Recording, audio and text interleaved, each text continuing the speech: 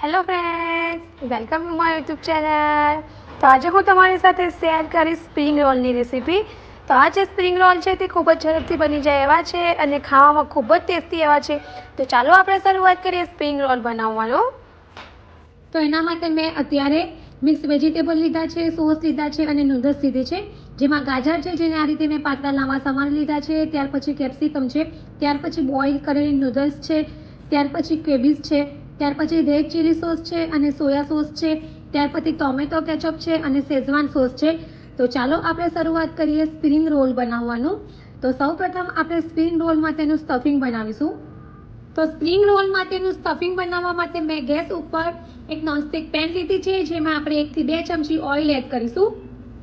ત્યાર પછી આપણે તેમાં જે વેજીટેબલ કટ કરેલા છે એ એડ કરીશું.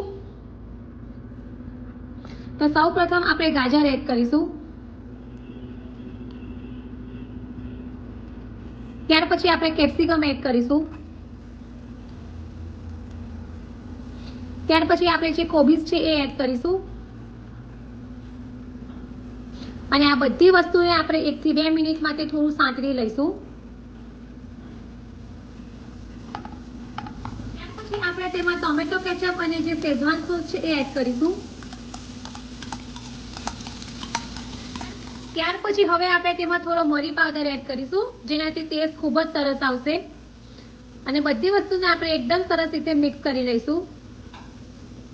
ત્યાર પછી હવે આપણે તેમાં 1 ચમચી રેડ ચીલી સોસ એડ કરીશું. પછી આપણે અડધી ચમચી ડાર્ક સોયા સોસ એડ કરીશું. અને હવે આપણે બધી વસ્તુને એકદમ સરસ રીતે મિક્સ કરી લઈશું. અને હવે લગભગ આપણે 2 થી 3 મિનિટ માટે થવા દઈશું.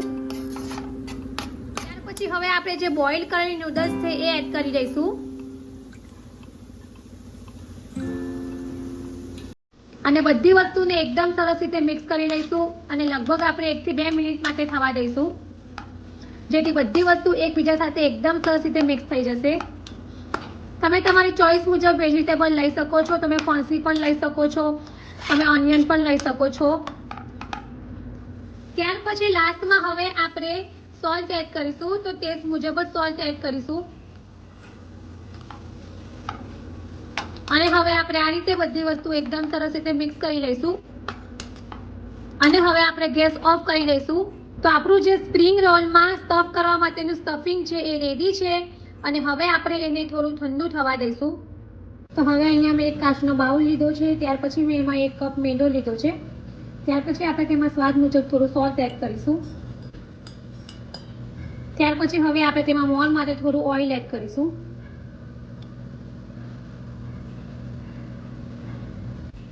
તો પાણી આપણે થોડું થોડું એડ કરતા જઈને જ લોટ બાંધવાનો છે. અને આપણે જે રોટલી બનાવીએ છીએ એવો જ લોટ બાંધી દઈશું. તો આ રીતે આપણે લોટ બાંધીને રેડી કરી લીધો છે. અને ત્યાર પછી હવે આપણે આગળની પ્રોસેસ કરીશું. ત્યાર પછી હવે આપણે આ જે લોટ બનાવ્યો હતો તેમાંથી એક સરખી સાઈઝના આપણે લુવા કરી લઈશું.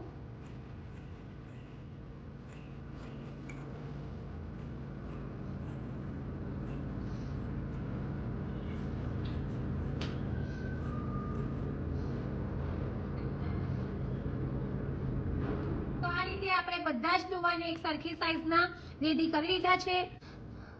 ત્યાર પછી આપણે લુવાને આ રીતે પાટલી ઉપર લઈશું.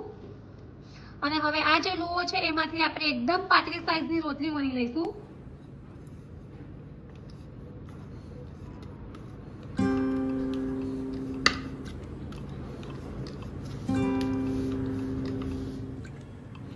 તો આ રીતે આપણે રોટલી વણીને રેડી કરી લીધી છે. તો આ જે રોટલી છે એને આપણે કાચની પ્લેટમાં આ રીતે મૂકી દઈશું. અને બીજી બધી રોટલીને પણ આપણે આ જ રીતે વણી લઈશું. તો એક રોટલી વણી લીધી છે. અને હવે ઉપરથી આપણે થોડો કોરો લોટ એટલે કે મેંદો આ રીતે એડ કરીશું. અને ત્યાર પછી હવે આપણે ઉપરથી બીજી રોટલી પાછી એડ કરી દઈશું.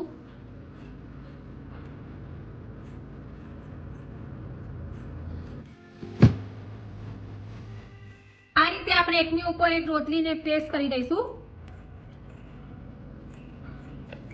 અને હવે વેલણની મદદથી આપણે થોડું થોડું આ રીતે વણી લઈશું, જેથી બંને રોટલી છે તે એકબીજા સાથે એકદમ સરસ રીતે ચીપકી જશે. તો આ રીતે આપણે રોટલી વણી લીધી છે. અને બીજી બધી રોટલીને પણ આપણે આ જ રીતે રેડી કરી લઈશું. ત્યાર પછી હવે આપણે જે રેડી કરેલી રોટલી છે એને આપણે તવી છે એમાં શેકવાની છે. તો હવે તવીમાં આપણે એડ કરી દઈશું અને બંને બાજુ આપણે થોડી કાચી પાકી જ શેકવાની છે. તો આ રીતે એક બાજુ શેકાઈ ગઈ છે અને બીજી બાજુ પણ આપણે આ રીતે કાચી જ શેકીશું. તો આપણે એકદમ વધારે નથી શેકવાની અને આ રીતે થોડી કાચી પાકી જ શેકવાની છે. તો બંને બાજુ આપણી આ રીતે થોડી કાચી પાકી રોટલી શેકાઈ ગઈ છે. તો હવે રોટલીને આપણે પ્લેટમાં બહાર કાઢી લઈશું અને બીજી બધી રોટલીઓને પણ આપણે આ જ રીતે શેકી લઈશું. તો આ રીતે આપણી જે રોટલી છે એને આપણે બંને બાજુ શેકી લીધી છે અને ત્યાર પછી હવે થોડી ઠંડી થાય ત્યાર પછી જ આપણે એને આ રીતે ખોલીશું. તો તમે જોઈ શકો છો કે એકદમ ઇઝીલી રોટલી જે છે તે ખુલી જાય છે. તો આ રીતની જ આપણે શેકવાની છે. તો આ જ રીતે બીજી બધી રોટલીને પણ આપણે શેકીને રેડી કરી લઈશું. તો આ રીતે આપણે બધી જ રોટલીને શેકીને રેડી કરી લીધી છે અને ત્યાર પછી હવે આપણે આગળ રોટલીમાં સ્ટફિંગ ભરીશું. ત્યાર પછી આપણે જે રોટલી રેડી કરી હતી તેમાંથી એક રોટલી પાટલી ઉપર લઈશું અને જે આપણે પાછળનો શેકેલો ભાગ છે એને પાછળ રાખીશું અને જે કાચો ભાગ છે એને આ રીતે ઉપર રાખીશું. અને ત્યાર પછી હવે આપણે જે નૂડલ્સ વાળું સ્ટફિંગ બનાવ્યું હતું એ એડ કરીશું. અને ત્યાર પછી હવે આપણે આ રીતે રોલ વાળી દઈશું. ત્યાર પછી હવે અહીંયા મેં મેદાની સ્લરી બનાવી છે. મેદો અને થોડું પાણી લીધું છે અને આ ટાઈપની સ્લરી બનાવી છે. તો આ રીતે આપણે સ્લરી થોડી હાથમાં લઈશું અને આ રીતે ઉપર કિનારી ઉપર લગાવી દઈશું.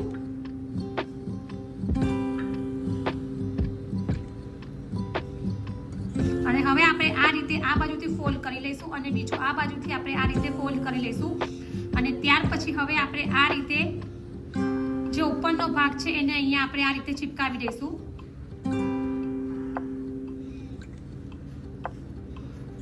તો આ રીતે આપણે સ્પ્રિંગ રોલ બનાવીને રેડી કરી દીધા છે અને બીજા બધા સ્પ્રિંગ રોલને પણ આપણે આ જ રીતે રેડી કરી લઈશું.